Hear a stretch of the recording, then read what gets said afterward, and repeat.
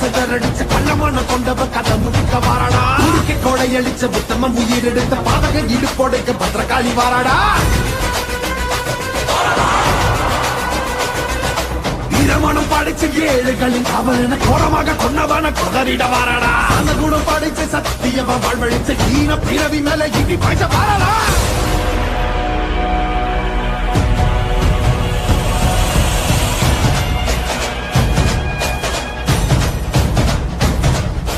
அகில ஜகமும் சகல யுகமும் பதறு சிதறும் பகைமை கதரும்.